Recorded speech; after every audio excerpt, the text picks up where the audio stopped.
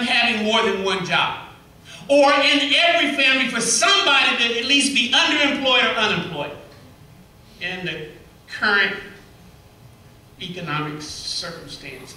And it's not unusual for working families to be poor, for middle-class families to have high credit card debt and lower property values, and for the elderly to be less secure due to lost investment and retirement income.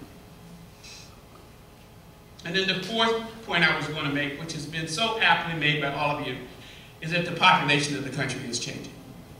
And that by the middle of this decade or sooner, more than half the people in this country will be people of color or mixed biracial heritage. So, the net effect of these kinds of things is that life in communities of color is impacted in certain ways. And as we work in communities of color, being aware of and conscious of these factors helps in many ways to shape the work that we do. Beyond these trends, there are certain conditions that exist in communities of color that are related to our work and that I want to lift up for you so that I can then tackle this question of capacity building and what it's all about and why it needs to be near or at the top of your agenda. Institutional racism is deeply entrenched in this society. Some people call it structural racism. That's what they, Aspen Institute, that's what they call it.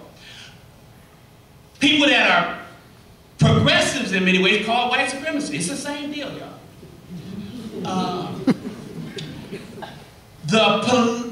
The religious institutions sanitize this thing. They give moral approval, justification. The political institutions legalize it. The educational institutions propagandize it, and the social institutions legitimize it to the way that life and living happens in this country. This thing is real, but that's only half of the story. The second condition or problem that we confront is that inside our own communities there is social dysfunction. Yes. And you know, I think on the one hand, Bill Cosby, when we talk about the black community, well, he had it right when he said we got to step up and face up to the problems that are going on, even though he was short-sighted in his blame the victim analysis. But there's stuff going on inside the community that we have to manage. Put it this way, white folks can go to the moon and we still be killing each other in some places. Come on, y'all.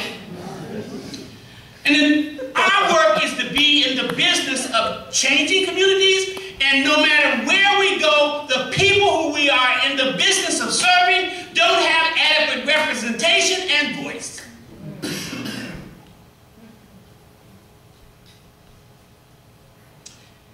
And then lastly, as gosh, so many of you already said, that the progressive social change movement is overly fragmented with too many people working in isolation and doing their own thing. Sometimes people have asked me, what is the difference between what happened in the 1960s and what's going on today?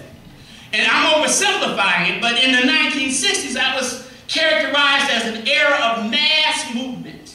So in any, say, given time period, you might have, say, 5 gatherings with 10,000 people. Well, today it's just the reverse. Right. In any given time period, you got 10,000 gatherings with 5 people. Everybody doing their own thing. One of my favorite poems, The Cold Within, by James Patrick Kinney. Love that. 6 humans trapped by happenstance in black and bitter cold, each possessed a stick of wood, or so the stories told. Their dying fire in need of logs, the first woman held hers back. For on the faces around the fire, she noticed one of them was black. The next man, looking across the way, saw one out of his church and couldn't bring himself to give the fire his stick of birch. The third one sat in tattered clothes. He gave his coat a hitch. Why should he use his log to warm the idle rich? The rich man just sat back and thought of the wealth he had in store and how to keep what he had earned from the lazy, shiftless poor. The black man's face bespoke revenge as the fire passed from his sight, for all he saw in his stick of wood was a chance to spite the white.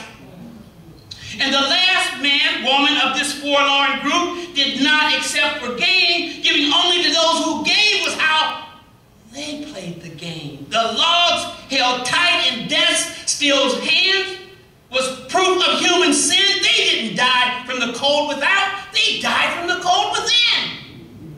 My gosh, when one examines this story, several things are obvious. We all value diversity, right? Yeah. It's a diverse group, wasn't it? It's a diverse group now. We all believe, but it didn't matter. We all believe in doing asset-based work.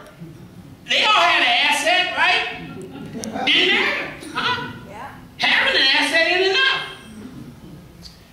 We all think that it's important for everybody to be aligned and have a common goal, right? Well, they had a goal, a common goal, it didn't make a difference.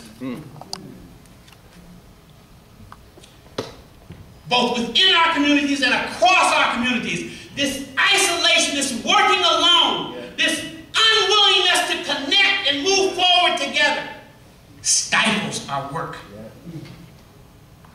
in our journey towards freedom.